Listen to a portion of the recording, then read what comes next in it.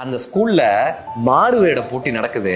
ஒரு அம்மாக்கு தான் பையனுக்கு கர்ணன் வேஷம் போடணும்னு ரொம்ப ஆசை. அவங்களுக்கு மகாபாரதத்திலே கர்ணன்னா அப்படி பிடிக்கும். என் பையனை கர்ணனா பார்க்கணும்னு அவங்க ஆசைப்படுறாங்க.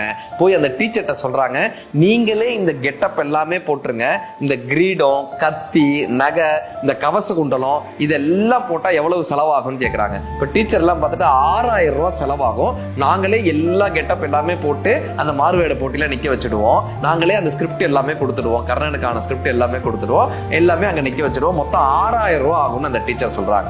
இப்ப அந்த பையன் சொன்னா, அம்மா என் ஃப்ரெண்டு கார்த்தின்னு இருக்காம்மா, அவங்க அப்பாவால ஃபீஸ் கட்ட முடியலம்மா, அவங்க அம்மா நேற்று அப்படியே கண்ணீர் மல்க கிளாஸுக்கு வெளியே நின்றுட்டு இருந்தாங்க, அந்த பையனுக்கு ஃபீஸ் கட்ட முடியாம அவங்க 2 பேரும் ரொம்ப கஷ்டப்படுறாங்க.